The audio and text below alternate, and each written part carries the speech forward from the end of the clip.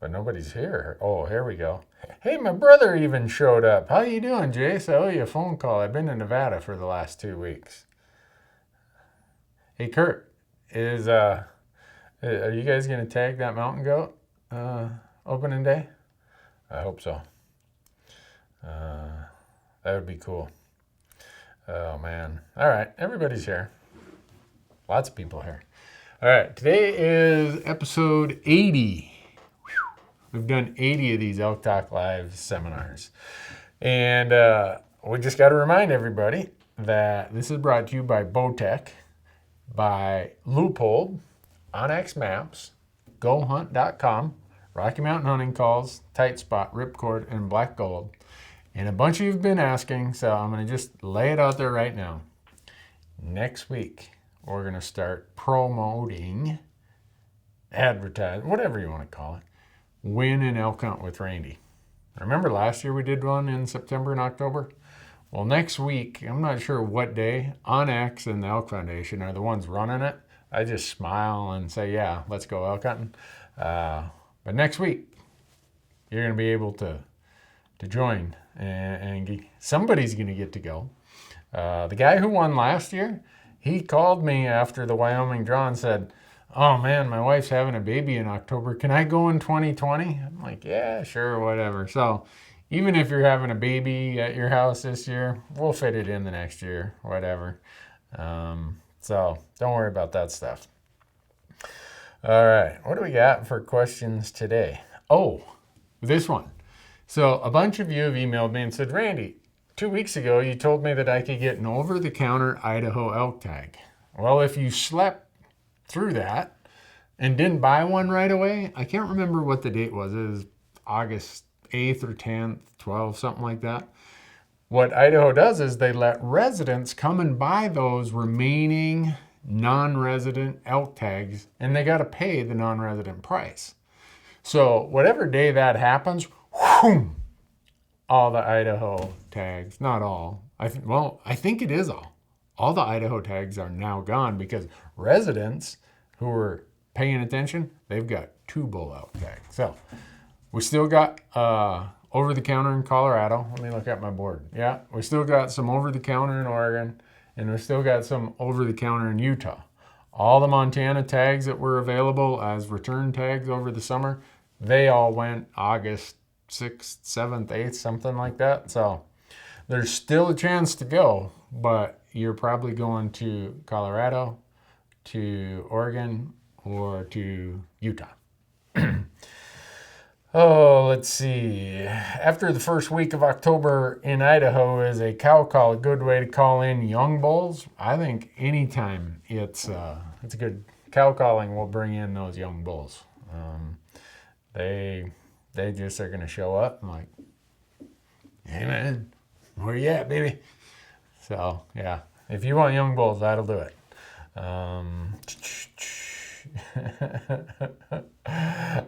Someone says, hey, you guys keep showing my elk area in Wyoming as your sample for Michael's e-scouting. So we just wrapped up our e-scouting series with Onyx.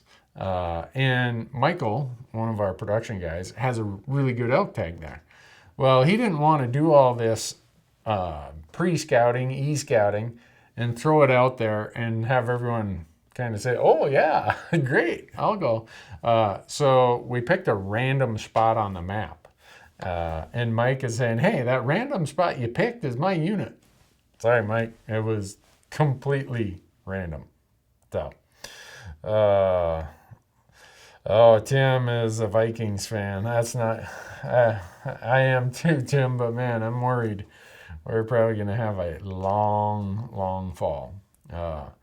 So David says, hey, I saw the new Randy Newberg Howa rifle at Sportsman's Warehouse. Yep, it's right here. Here's rifle number 1. You can now get them at Sportsman's Warehouse. They are available. There's only a limited supply of them, so they're already, some of the stores are selling out, and you can go online. Sportsman's Warehouse has this online buy a firearm, even if you aren't near a Sportsman's Warehouse, and if you click on that, it'll take you to an FFL dealer near you. So they'll ship that firearm to an FFL dealer. So, Howa sent me an email on Friday that Sportsman's Warehouse had just ordered another batch of them, so I guess that's good. Randy, what scent blocker do you use? None. I think that scent blocker / stuff is a waste of money for elk hunting. Maybe it works good for a stationary activity like deer hunting, but for elk hunting, you're just throwing money out the window. You have to play the wind. Absolutely have to play the wind. There's no way that you're going to be able to do anything that fools an elk's nose when you've been hiking and you're sweating, and just, so don't worry about that. Worry about the wind. And let's see. Why hasn't OnX updated their satellite images? They're the same as the last 3 years. Might have been updating. Not sure. Mine are updated. I've got some really recent ones. Let's see. Going on my first archery elk hunt. What's your first piece of advice?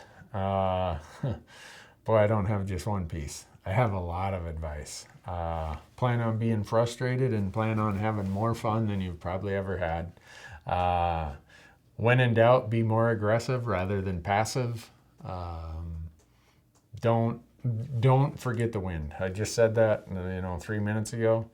The wind is gonna, it's that critical in all elk hunting, but especially in archery hunting.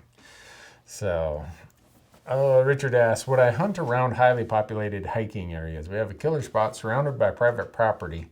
There is a big 3-mile area on the backside, but there is a heavy hike trail that you have to take just to get there. I would do it if I thought there were elk there and it would increase my chances, even if I'm hiking down a popular trail. If that means I kind of hang a left and go to where you're talking about, I'd do that. Yeah, I would go. Let's see. Let's see. Why did I choose Sitka Clothing? Back when we started in 2008, so 11 years ago, I bought Sitka, I bought Under Armour, I bought Russell, I bought them all because Sitka had just come out at the time. And I didn't just buy them for me, I bought them for guest hunters. And so this is full retail. There's no discount. I didn't know anyone. And at the end of the first season, kind of did a poll of everybody. All right, what do you think? It was unanimous Sitka. So I kept buying more Sitka gear. And then I think it was 4 years after that, I ran into one of the founders at a trade show, and he said, aren't you glad we're setting you up with that clothing? I'm like, you're not. I'm paying full retail down at Sportsman's Warehouse. So that's how much us, when I say us, the whole crew of us, we just thought it was better. And so that's why I chose it. And I'm still using it, obviously, and it's doing extremely well for us. Let's see. How do I approach hunting or scouting? If you go, Derek, to our YouTube channel, we've got a whole bunch of e-scouting series out there. Last year we did a 12-part series. This year we did a 4-part series. Go into our YouTube channel and type in e-scouting, and you'll get a whole bunch of them. How was your time in Nevada? Was it hot? Holy cow, I don't know whose idea it is to open deer season in Nevada in August, but it was in the 90s every day. And we did the first week as an archery deer hunt, and then the next week we took a disabled vet on a pronghorn hunt. And we had some really close encounters in the deer hunt, but nobody let go of an arrow. But then the pronghorn hunt, Big Hank shows up. So those will start, let's see, I think we're going to start the day by day of the Nevada deer hunt. It starts September something, whatever the week after, like September 8th or 9th. And then our season is just going to be, our YouTube channel every day is going to be something about new stuff. And one thing you're going to see this year, this is a bit of an experiment for us. We're going to have all kinds of people in all kinds of places. That's why we've hired a bunch of extra people, extra camera guys, extra editors. So you're going to see sometimes where it's just Marcus. Sometimes it's Marcus and Michael. Sometimes it's me. Our buddy Scott Jones from Nevada, he's been on I don't know how many hunts with us. We're sending a camera guy down there because he's got an archery elk tag. Our buddy Bo, who has the llamas, he has a great Wyoming tag, so we're sending a camera in with him. And we're going to see how it works out. I hope people realize that, hey, these are just our group of friends, and this is just us out doing it. We're trying to capture more content in different situations, different hunt types, different states, different people, and we'll see how it works. But we have a lot of content that's coming out. Lots. What are the mittens you are always wearing? They're called chopper mitts. Chopper mitts are a leather, usually deer or elk hide, and they're just leather, and then they have a rag wool liner that goes up in them. And if you grew up where I did, beaver trapping, muskrat trapping, ice fishing in northern Minnesota, you learn quickly how to keep your fingers warm, and gloves are not the ticket. If you think about a glove, you've got all this surface area, and surface area is where heat escapes. So the amount of surface area you have where heat loss is happening with a glove is way more than it is with a mitten. And with a mitten, you've got your whole mass of your hands right there. It's keeping everything warm. Whereas a glove, you're like this. I can shake that mitten, that chopper mitt off way quicker than anybody can get that mitten off when they're doing this. And when they do get it off, their fingers are so cold, they're like, oh, I can't hardly use them. So it's, you look at native villages up in the Arctic, they don't wear gloves. They wear mittens. So they're called chopper mitts. I get mine at, it's called Frost River Trading in Duluth, Minnesota is where I get mine. But you can get them online, all kinds of places. Binged the whole season on Amazon last week. I'm hooked. I need more shows. We got 3 more coming. We got a Montana mule deer hunt and 2 elk hunts yet to go. Yeah, a lot of people must be binging because right now our Amazon, a lot of people when we left TV, you know how we started on Outdoor Channel, then we went to Sportsman's Channel, and then we left TV. People are like, oh, no one's going to watch you. Our Amazon channel is way bigger than TV ever was. So thanks for watching. It worked out good for us. They're outlawing elk and deer urine in Oregon while hunting. What are your thoughts on using urine while elk hunting? I've never used it. Well, I take that back. When I first started elk hunting and I thought every gadget and gizmo would help me, I bought some. And I sprayed it all over me, and then I used to rub my clothes in it, and it's stupid. It did me no good other than it caused my truck to stink, where my wife is like, I'm not riding in this thing, man. So I wouldn't do it. So have I ever considered taking an elk with anything smaller than a 308? Yep. The first 5 elk I shot was with a 270.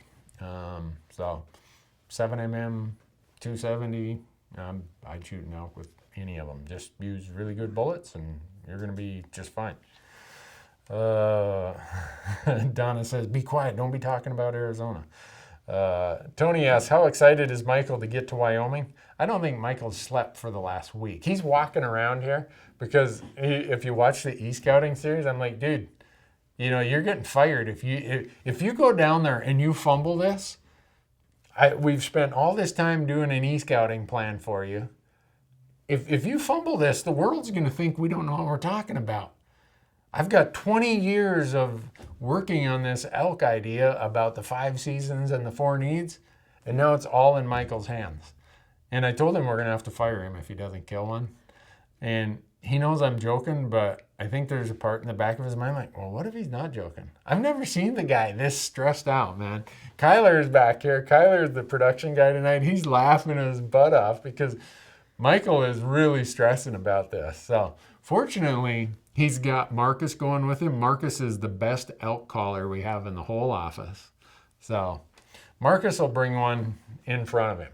Then it will be whether or not Michael can keep his composure and get one. We'll see. So yeah, he is nervous. Eddie asks, any tips on late season Roosevelt? I am not the guy for that. I'm sorry. I wish I was, but I've never hunted Roosevelt elk, but I'm thinking that's going to change next year. If you could hunt private property in Colorado Unit 741 in the second season, would you? Heck yeah. I mean, even though our platform is all about public land hunting, if you have access to private, go do it. Don't worry about it. And just go hunting. So, have I ever hunted the Zerkel Wilderness? I have not, Matt. Are we going to see a Randy spotter or binos from Leopold next with a Randy discount code? I don't think so. Yeah, probably not. But we're working on some of that stuff with other partners. So, and right now, where are all of our discount codes? So if you want to save some money, I'm gonna rattle them all off. I got them out here on our hunt. We've got a Hunt Talk forum, a big chat board website, whatever you want to call it. So if you go to Gerber.com and you use promo code Randy, you get 20% off. If you go to Rocky Mountain Hunting Calls and use promo code Randy, you get 15% off. Orion Coolers, you get 20% off. Onyx Maps, 20% off. Go Hunt, well, right now, if you go to their shop and buy this really cool backcountry gear, you get 10% off.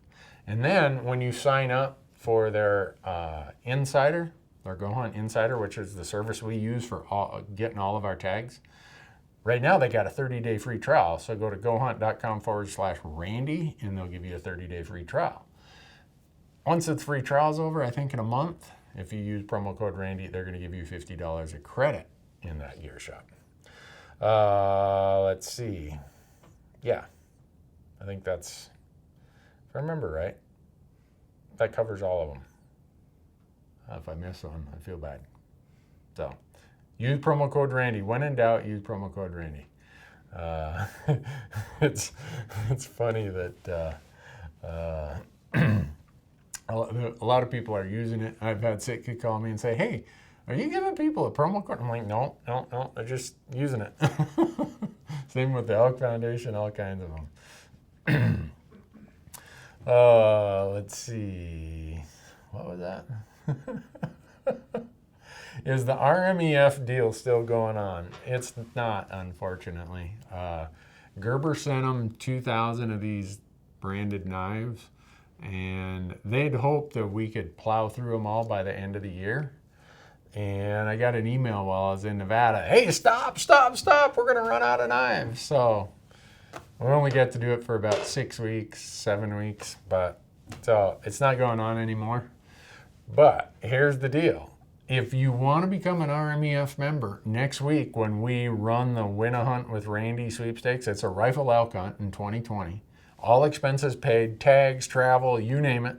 Plus probably, I would say if you add up the total value of the gear package, it's over $10,000. Yeah, okay. Let's be safe and just say for sure it's over $5,000. Plus you get to go on an elk hunt. If you're an OnX member, you're gonna get 1 entry. And if you're an RMEF member, you're gonna get 4 more entries. So watch for the details next week. OnX is running this whole thing. But all of our other partners are helping out this year. Leopold, Gerber, Howa, Rocky Mountain Hunting Calls, Kenetrek, Nosler.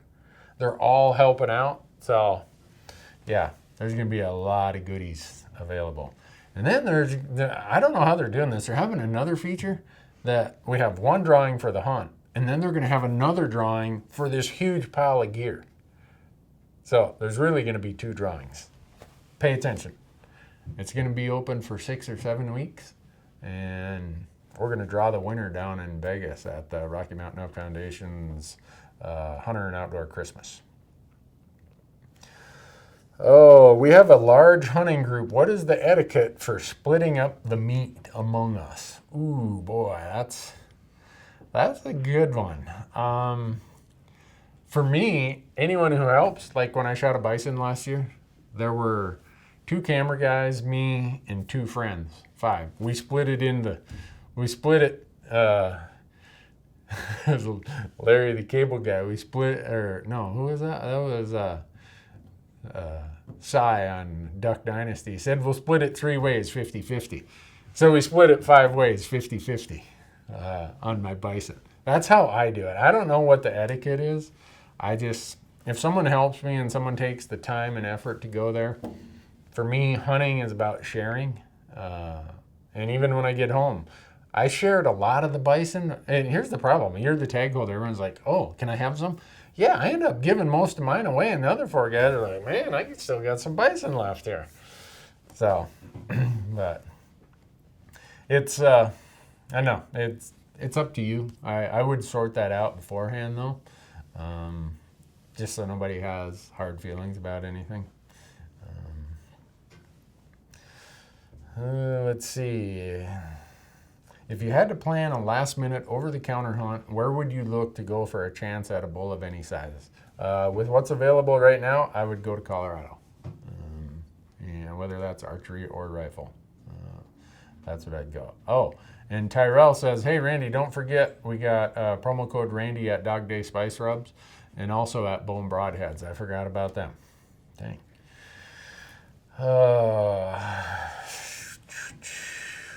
Let's see. Can you post some pics of your boneyard in your shop sometime? They're usually in the background when we're filming video out there. As much as my boneyard or something, there's guys here in Bozeman, I go over to their garage and it's like, oh my gosh. I mean, and these guys are serious, just backcountry, public land, do it themselves. And it makes my shop look like a downstream operation compared to some of my friends here. Let's see. How far is too far to hike in bow hunting in terms of getting something out that is still edible? Depends on if it's just you or others. It depends. It depends on the temperatures, depends on how experienced you are. I would say that anything beyond 5 miles, you're probably pushing it. And try to be even closer if you could. The beauty of archery season, it's during the pre-rut and the peak rut where sanctuary is not the primary concern. So you will have bulls closer to roads and trails than you will the rest of the year. So, let's see. Oh, Backcountry Fuel Box also gives 10% off with promo code Randy. I forgot about all these promo codes, man. I need to trademark that promo code Randy. So, how do you not forget something on all the trips that you do? I usually forget something.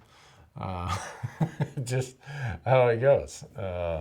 But I keep things pretty well organized. And if somebody is messing around with my stuff, if you borrow my stuff and you don't bring it back and put it where it was, you're probably not going to get to borrow any of my stuff again. Because I need to know, all right, we're heading out to Arizona or we're heading to Colorado. I know this is a rifle hunt. This is kind of the package for the rifle hunt. Okay, I know it's a base camp. All right, this is all the base camp stuff. Or it's a backpack hunt. It's all this stuff. So, otherwise I'd lose my mind. George asks, Randy, do you have a printed list of must-take gear for your hunts? I don't. I did at one time, and it got to the point where I wasn't really using the list. So I have the Mystery Ranch makes they call them Zoid bags. I have one bag that's my kill kit. I have another bag that's my emergency supplies. I have my first aid kit from Adventure Medical Kits. So I kind of have it in my head of what I need. I've been doing it for so long. And the other part is once it gets loaded in the truck, until season's over, most of it doesn't come out of the truck. It's like my truck is plumb full of junk in the back. All year round, or well, all season long, I should say. Let's see. Have I ever done Southern Idaho archery antelope? I have not.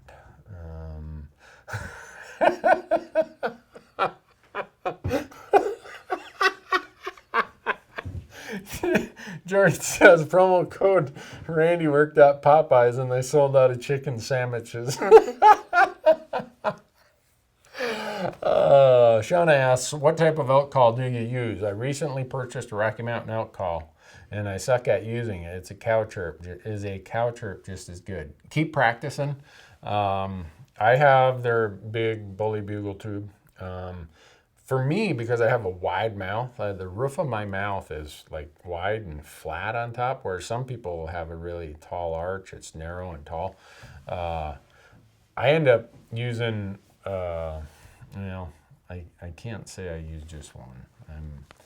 I end up using multiple calls. I'm gonna make sure I'm gonna look it up here and make sure that I got the right one. Rocky Mountain hunting calls, because I end up using more than one depending on the situation and the time, but they're all diaphragm calls.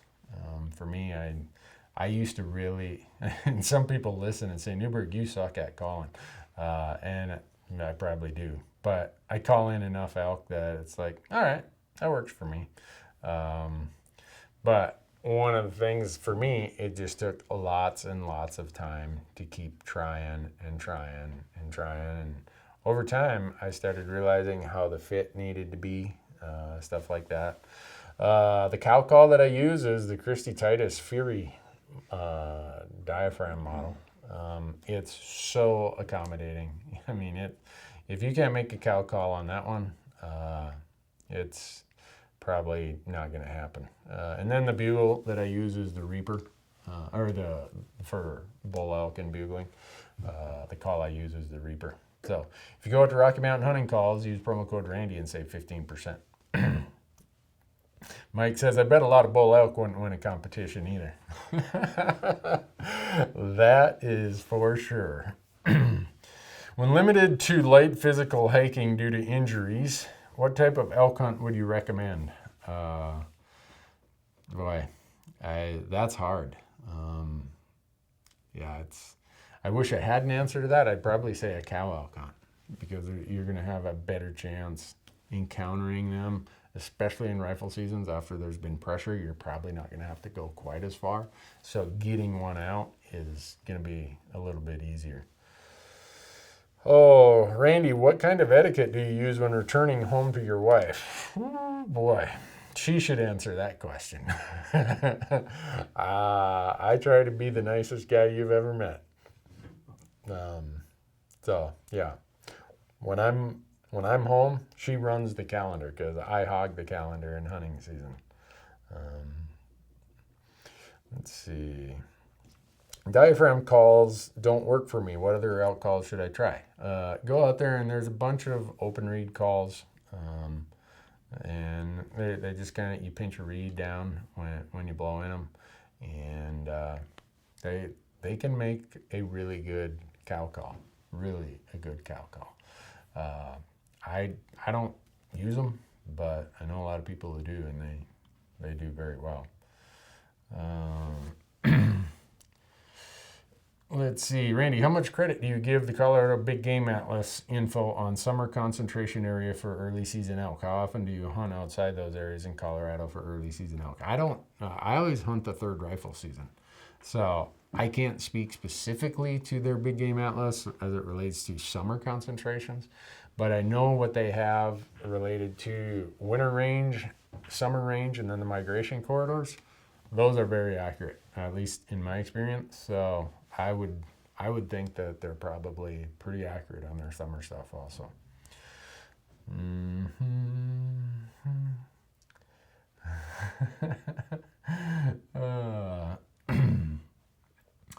Let's see. What have you found is the best rifle bipod? You know, I've tried all kinds of them. Bog has sent me some new ones for this year. What's it? One's called the Death Grip, I think. I'm going to be interested to try them and see how they work. I've used Caldwell. I've used all kinds of them. Last week when we were in Nevada, Ray had a Caldwell bipod on his rifle, and unfortunately, what happens? We're in this really tall sage where a bipod does you no good. So what I did is I took my big spotting scope tripod, and it's about this tall, And so my spotter is like this and the handle is like that. And he used that right there. He's left-handed. He's like, boom, down. That thing looked like he got hit by lightning or something. Any thoughts on hunting Washington State? I wish I could give you some, but I've not hunted Washington State. And a lot of people ask me why. And the reason being is cost. Opportunity is not as good as it is in other states that are near. I can drive to Wyoming or Idaho or Colorado or some of the other states easier than I can drive to Washington. Cost in some states is lower, the opportunity's better, the season lengths are longer, and the crowding is less. So just how it is. I wish it was different, but what would you do if the area you wanted to hunt is full of livestock? I'd go hunt somewhere else, maybe not too far from there, but this is my personal experience.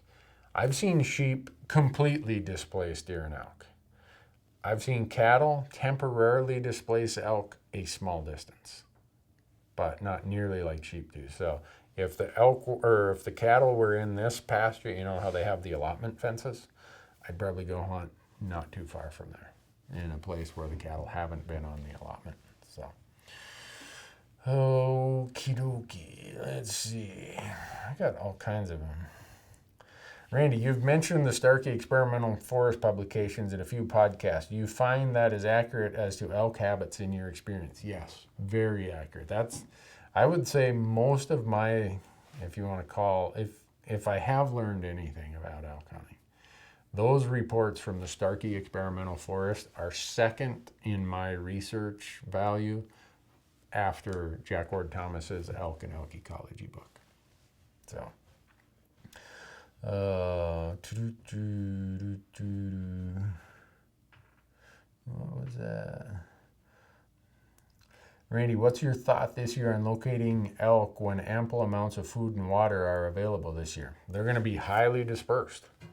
If you think about a normal year or a dry year, they're in isolated locations because the water can isolate them, and maybe just the greenness or the quality of the forage has them in isolated little pockets. Well, you get a really wet year like we've had in the Rockies, at least in the northern Rockies and to some degree down south. You get that kind of forage dispersed equally across the landscape, and you now have water sources that maybe have been dry for 5 years, all of a sudden have water. Those elk are going to be dispersed everywhere. So that means two things. One, don't count that they're going to always be the places you found them in prior years. And also, don't discount places that have been dry and just burned out. You know, like the grass is so low a quality, they aren't there. Well, don't overlook those places this year. In a really moist year like this, I'm extremely mobile. I am like, I look like the Energizer Bunny going around out there in a year like this. Whereas in situations where it's really dry, you kind of have your, okay, here and over that ridge. So it's just, you're going to have to do it differently.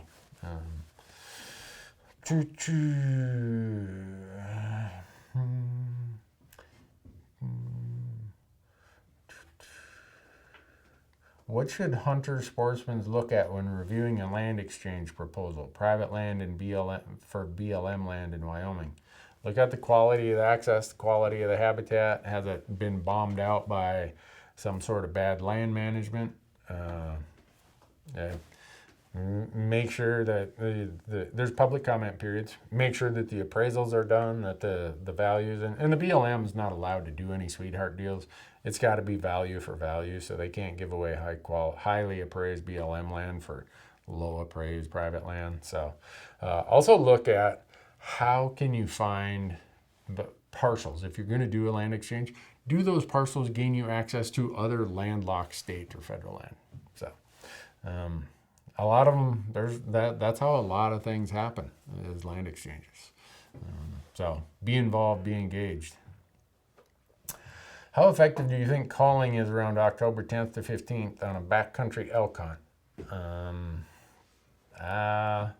You're right in that phase where the peak rut has waned, and now it's what I call is going to be post-rut. I think like October 10th on is post-rut. You'll still have some younger bulls that might be bugling, but with the first rifle shots, just expect that they're going to sanctuary mode. So they're going, they aren't going to hang around in that post or that peak rut pattern.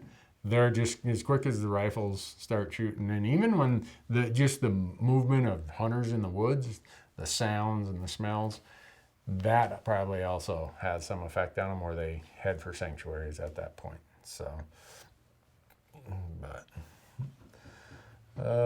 let's see.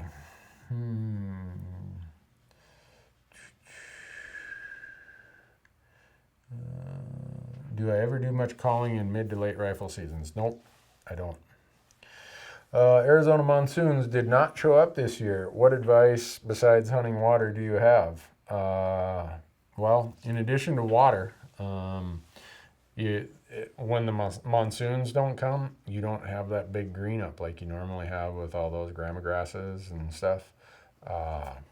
So your food's going to be limited also.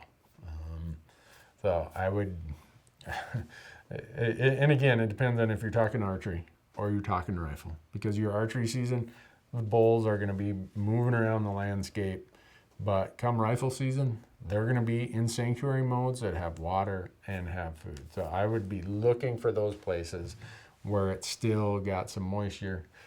There's a thing out there called rain maps. Why am I saying all this stuff?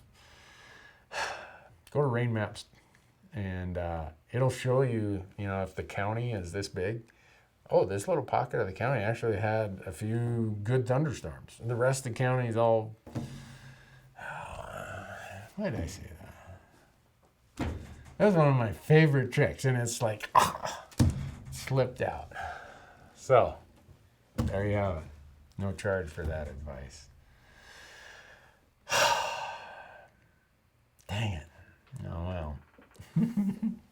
Kyler's back here laughing like, you big mouth, see what you get?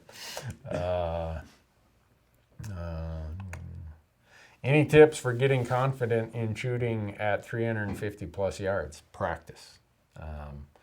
For us, we keep all our shots under 400 yards, but I go out, I do my zero in the most perfect conditions I possibly can.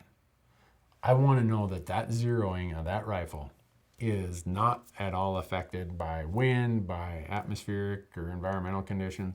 Once I have that zero, then I go out when it's windy, when there's a crosswind, when the wind's in my face, wind at my back, lower temperatures, higher temperatures, high humidity.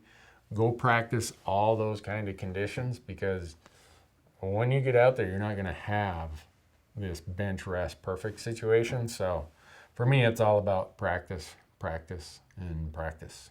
So I don't know any other way to get confident other than practicing. So 2 guys are hunting and 1 kills an elk. Do you stay in the same area, or how far do you move? In the past, we've always stayed in the same area. If we've stunk up this little drainage, we'll go over a ridge or 2 and hunt in there. But if there's been 1 bull in there, there's a good chance that there was the habitat type, whether it's sanctuary, whether it's food, whether it's whatever, that there could be other bulls in there. So,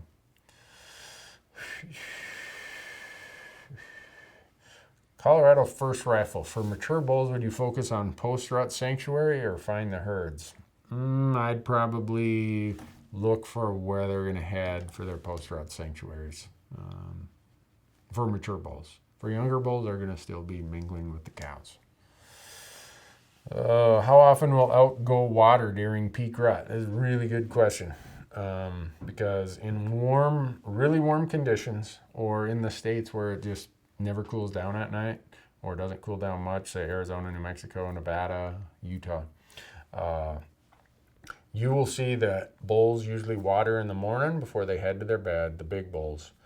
Once they bed the cows, a lot of times if it's hot and they've been really active in the peak rut, once those cows are bedded, they'll sneak down all by themselves, silently, from 11 o'clock to 3 in the afternoon and water somewhere nearby, and then they'll go back with their cows. Then when the cows come down to feed, they'll hit a water again late that afternoon. So I've seen them water many times because you think, you got this 800-pound animal that's got this really thick coat on, doing nothing but bugling and running and fighting and breeding and all the things that's just wearing them down. It takes a lot of water to keep that body functioning, and they're not going to get the water they need with just a little drink here and a little drink there or from the forage that they consume. So they have to water. Let's see. How many trips does it take an average hunter to pack out an elk? We usually say that we think, depends on the size of the elk, if you're keeping the cape, there's so many what ifs to it. But usually you can get a hind quarter in one load, the other hind quarter in the other. You can get a front quarter and half of the trim and back straps and tenderloins with the other load. So you got 2 front quarter loads like that. And if you bone out the front quarter, you can usually, in one of those trips, you can usually bring out the cape if you're bringing the cape out. And on the other trip, you can bring out the antlers. So 4 trips, they're going to be heavy loads, but you can do it in 4. I know some guys who've done it in less, and I'm just not that tough. I drive a desk for a living. Let's see, bone in or bone out? Depends. Corey Jacobson and I just did a podcast on that this week. How to take care of meat in warm temperatures, and it's going to drop on September 6th, I think, or 7th.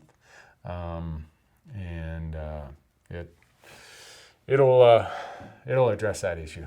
But usually I hang up bone in overnight and let it cool, and then the next day when I'm taking it out, once I get ready to haul it out the next day or the day after, then I'll usually bone it out if I got a long ways to go.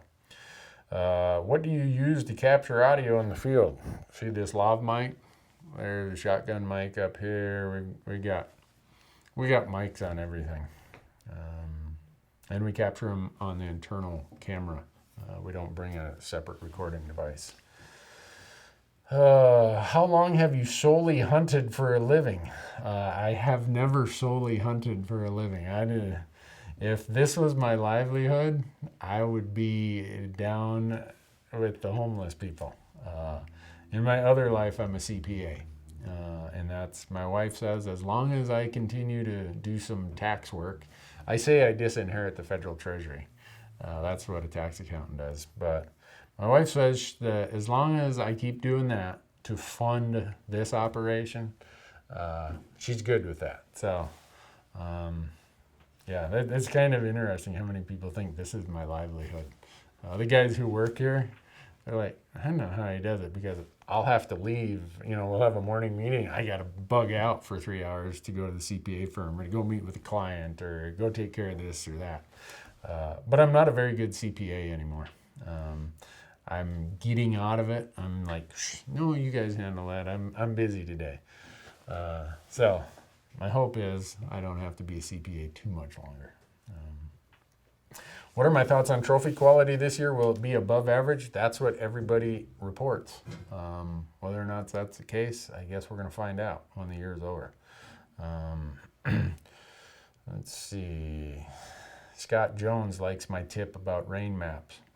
Scott, all your checker hunting buddies are going to think the same thing. So that was so stupid.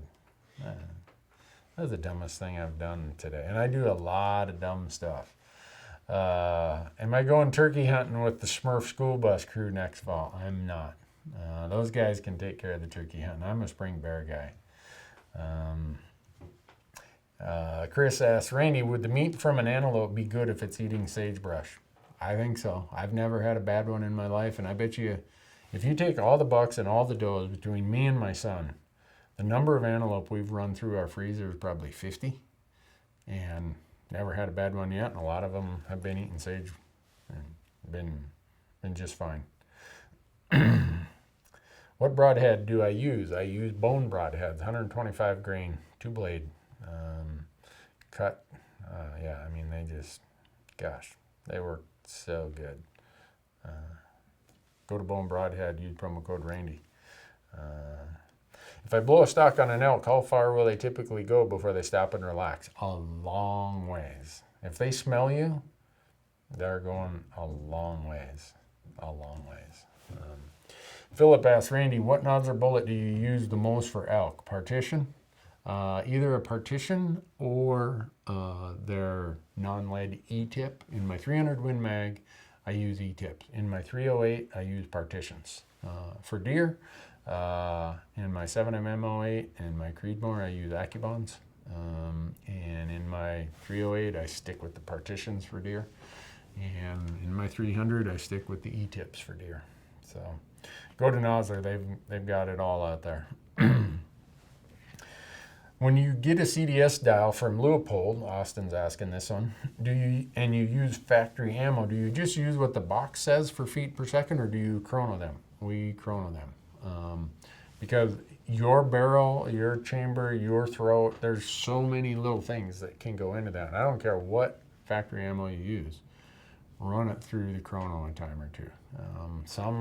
Some companies use a 26-inch barrel, and maybe you got a 22. I call Nozzler and say, hey, these numbers you put on the boxes, what are you using when you do that? So I know what barrel lengths, I know what atmospheric conditions they're using, and my chronos are, very, very close to what's on the box. Very close. But I'm usually dropping back 2 inches in barrel length in what they're often using. So that accounts for that very little difference. But make sure you run them through a chrono.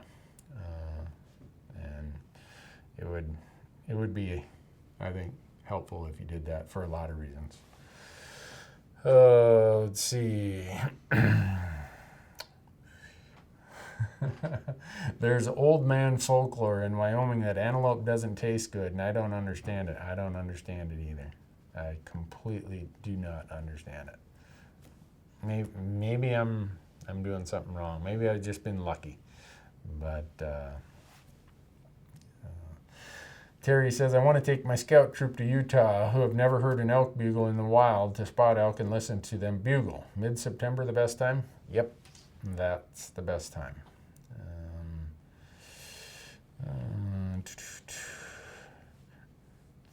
Randy, other than pride, why would you cow hunt? Why would a cow elk hunt be better for a first-time hunter?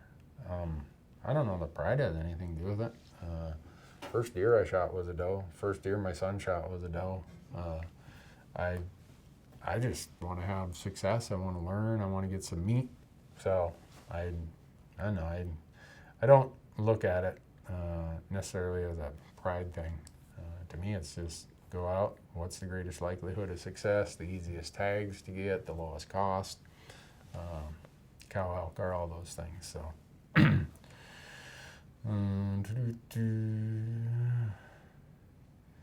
Oh man. Look at all the guys who are like, Randy, this rain map site is awesome. Yeah, Benny, send me a tip, would you? Can we delete this up? Let's not put this one up on YouTube or Facebook. Let's delete this one. I've got like 7 or 8 little tricks still in my pocket that I've never told anyone about and maybe they're not great tricks. Maybe everyone already know them, but I use them. And now I got one less. So all of you don't share this with anybody, all right? This is just among friends here. Don't be telling anyone. Next thing I'm going to tell you, no, I'm not even going down that path. I'll slip up and say something. Oh well. If you had a week for a Montana general combo tag, would you go archery or rifle? Why? For elk, I'd absolutely go in archery season. Not even a question. And I would say that same thing for some of the states that have some private property issues. Randy, have you changed anything about your field dressing procedures since your last gutless method video to help mitigate possible issues with CWD? Not really. I've always kind of left the spine and the carcass right where it is. So if you think about CWD, most of it is going to be in the brain or the spinal material. Leaving the spine out there, less likelihood you're going to transport it to somewhere else. We've done a bunch of videos out on our YouTube channel about how you have to take care of the head, the skull. If you're doing a full European mount, we bring gear with us to take care of all that out in the field, so that if I live in Bozeman, Montana, that right now has not had a recorded incidence of CWD, I don't want to bring CWD from somewhere else. In fact, now most of the laws, the interstate transport laws, you can't do it. So it's really not changed how I do the gutless method. It has me thinking about things, though, trying to figure out, am I doing something different? Should I be doing something different? But it really hasn't changed anything that I do. Well, as far as it relates to the gutless method. Let's see. George, I'm not telling you what that site was. I said it once, and if you didn't catch it, you're going to have to go watch this again. Do I avoid burn areas that have burned within the last year? Can the following year be good in those areas? Yeah. A couple weeks ago, I was out kicking around. I'm like, oh yeah, that burned in 2018. I wonder how that's doing. There were elk in there already. It wasn't that green. It wasn't what you would think like after 2 or 3 years when it's this tall. It was just short stuff. But any place where there was, it's not like it burns entirely every little stick. So there's places where it burned a little bit and didn't burn, and then places that burned a lot. 1 year later, there's a lot of elk using that. I saw two groups, and the amount of tracks tell me there's a lot of elk using it at certain times of the day. So I don't avoid a burn that's a year old. I like hunting the newest burn on the mountain that is at least a year old. That's my general rule of thumb. High country solo mule deer rifle hunt. Do I take one pair of 12 or 15x binos, or a lightweight 8x binos plus a mini spotter? Boy, that's personal preference. That'd be up to you. I don't like 12 to 15s unless I have them on a tripod, and you mentioned you'd have them on a tripod. I would say, just based on what I do, I have my 10 to 42s, and then I usually, if it's a backpack hunt, I have my 60 millimeter gold ring spotter from Leupold. If it's a bigger, or if it's not as much of a, track and weight's not as big a concern, I bring my bigger 80 millimeter SX5 from Leupold. So I'm usually a spotter, smaller bino guy rather than one great big pair of binos. Oh, Cole, this is the one. You need to listen to some of our podcasts. What are your thoughts on early September archery elk and moon phases? I think moon phases are pucky. They're a bunch of BS. There, I said it. I think anyone who wants to complain about moon phases just wants to complain. That's my thought. Because we have to hunt. We hunt from mid-August. So we're down in Nevada, absolute full moon, right? The fewest bucks we saw on any day, I think, was 22. I mean, the moon is as big as it gets. The moon is setting behind these groups of deer we're seeing at 8 in the morning. Elk, same thing. Biggest bull I ever killed. If you look at the photograph, biggest archery bull, it's on September 10th. There's a great big full moon right behind me as the sun is setting and the moon is coming up. I don't know. That's probably not what you wanted to hear, but I'm not. I don't pay any attention to the moon phase. I think it's so. If you think about it, just from a physiology or breeding standpoint, the elk have to have this big pulse of calves hit the ground in late May, early June, because if it gets spread out, they miss the prime feed. They end up with too much predation because now the bears and the wolves and everything can grab. They have more days where they can be grabbing these calves. So the process that helps one of their survival mechanisms is they have a big pulse, a big spike of calves hit the ground. Well, they all have the same gestation period, so that means you got to go back X number of months. And it's not like they say, well, It's full moon this week. I don't think we're going to do any breeding. Rut's closed until further notice.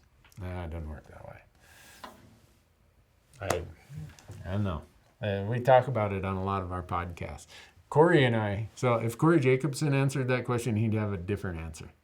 Me, it's like, I got enough to worry about. I ain't going to pollute my mind with complications and worries about full moon phases. So, who is your biggest conservation hero?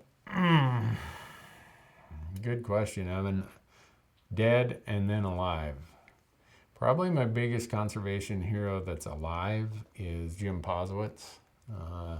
Jim's been a mentor of mine. I've known him for almost 30 years, and he's been a valuable resource.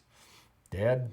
My buddy Alex Diekman passed away 3 years ago, who did so much great public land work here.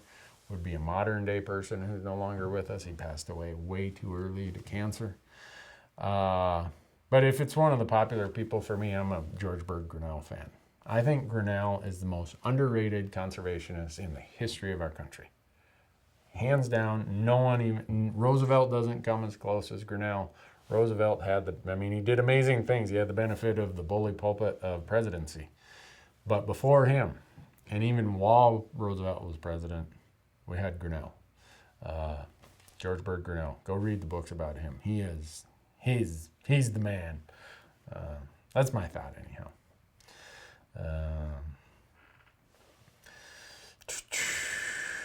Let's see. I'm going Yukon moose hunting next year. I want to try out your Howa 1500 Signature Series rifle in a 300 Win Mag. Will that be enough gun for a big Yukon moose? Oh yeah, not a problem. You get a good bullet. In fact, I would use, if I was going up there, I'd probably use, my Howa loves Nosler E-tips, 180 grain Nosler E-tips, and my 300 Win Mag is like so absolute accurate. I would bet it probably would be for yours also. Adam's been listening to our podcast. Marcus, if you haven't listened to one of our most recent podcasts, Marcus and I had an argument. Marcus says they are where you find them. Or no. How does he say it? You find them where they are. No, I say you find them where they are. Marcus says, no, they are where you find them. Like it's some random thing. It's not random. But Marcus isn't here to defend himself, so we're not going to have that argument. But somebody brought it up here, so I had to address the issue. Hunt the edges of burns. Yes, hunt the edges of burns. That's very, very good. Light rain, do you find cover or keep hunting? Probably keep hunting. Just keep after it, keep going. For us, we got a few other considerations we got to think about, because we end up with cameras that we don't want to destroy a bunch of cameras and other stuff. So if it's really getting with the program, we'll take cover just to protect our camera gear. How often do you rely on e-scouting? 100% of the time. For antelope, for elk, for deer, for bear. I do e-scouting for everything. How would you go about relocating elk that have been pushed out of an area by wild horses? Boy, that's a good question. I don't know that I have a perfect answer to that. When you say area, like last week, we watched wild horses run a bunch of antelope off a water hole.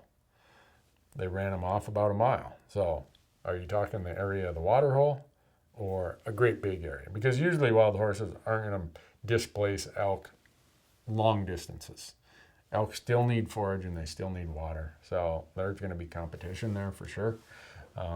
Just know that the elk are going to be subordinate to these mangy, beautiful, but unnecessary pests of the landscape. They are, I'm pretty harsh on feral horses. It's not the horse's fault. They're just out there doing what they got to do. And they are beautiful looking animals. But I don't like them being out there displacing native wildlife and destroying native habitat. So that's why I'm pretty hard on them. Do I still get excited to go elk hunting? Do I look excited? I'm going antelope hunting on the next. So this season, I'm like the helper. Down in Nevada, I had a deer tag, but mostly it was my buddy Michael from Leopold. This is his first archery deer hunt, so I wanted to help him. Ray, the guy who had the antelope tag down there, disabled that, I wanted to help him. Next week, I'm helping somebody else. The week after that, I got the Gerber guys coming into town. I'm helping them. So this might be more of a year of, I got a tag, but we all reach a point in life where you get more pleasure, or at least as much pleasure, out of seeing success in other people, or other people having success as your own success. So I've got 3 or 4 hunts this year that I'm pretty excited about, that are my own, that I'm going to be the only one with a tag. But then there's probably 3 or 4 other hunts where I have a tag, but we've got guests with us, and I'm way more excited about them filling their tag than filling my own tag. But I get pretty down it. Yeah, I get excited. The world is forgotten when elk season comes. It's like, you know what? If you get married or there's going to be a funeral or something, you might want to don't expect me to be there. I'm elk hunting. So, just how it is. How many more we got here, Kyler? We got to make sure, though, that we remind people that this is brought to you by, am I wearing a Bowtech hat tonight? Yeah. Loophole, right? Right there. Bowtech obviously has these other great accessories. I mean, you can't own a great bow company without having great accessories, right? Like ripcord, tight spot, and black gold. Kyler, I loaned him my backup bow, so I better not have a breakdown. One year I got all excited and I torqued my bow really hard, and when I let down, I derailed it. I didn't know you could do that. Well, don't torque your bow really hard when you're letting down. You can derail it. So, fortunately, I had a backup bow. But I don't this year, Kyler. You got my backup bow. So they're the exact same size, so you can use it whenever you want. Yeah, right. But anyhow, Onyx Maps makes this possible. Rocky Mountain Hunting calls. Go Hunt, GoHunt.com. Go out there. In all these places, you can use promo code Randy. You'll save something, or you'll get something out of it, or mostly. Richard asked, Randy, when are you going to do a hunt with the born and raised guys? Man, they asked me 2 years ago, but they asked me too late in the summer. I already had the schedule booked. I see them at a lot of the shows, and we visit and talk. It's something I got to get done. They're good guys, really good guys. And they kill a lot of elk. I think I saw on my feed the other day, they already shot an elk in Oregon. Leave it to them, right? Let's see. I'm looking for one really good one. Here we go. This is strictly opinion. Tyler's asking this. If you had to pick one state to live in for good public land hunting opportunities, where would it be? Depends. Depends on if you're single or you're married. Depends on if you like to fish. Depends on if you like to bird hunt. Because it would be a toss-up for me in the lower 48 between Montana and Wyoming. Now, if I really liked fishing, Montana has more fishing opportunity, even though Wyoming has great fishing opportunity. If I love to bird hunt and waterfowl hunt, yeah, Wyoming has some of that, but Montana has really good bird and waterfowl hunting. Now, if I was about mule deer and I was about quality elk hunting and lots of antelope, Wyoming wins in a landslide. So, I don't know. One of those two. Now, everybody from every other state's going to send me hate mail. Newberg, give us some love. Kyler, he's from Nevada. He's back here. Well, what about Nevada, man? Nevada, you got to draw a tag for sage grouse even. Hey, I'm sorry. I love Nevada. I went to college there, but I'm not moving there. So, hopefully that answers the question. And anyhow, it's hunting season. Hope you're going. right? Even if you haven't drawn a tag, you got Colorado, Oregon, and Utah have over-the-counter tags. Go elk hunting in 2019. Have fun, be safe. Thanks for watching.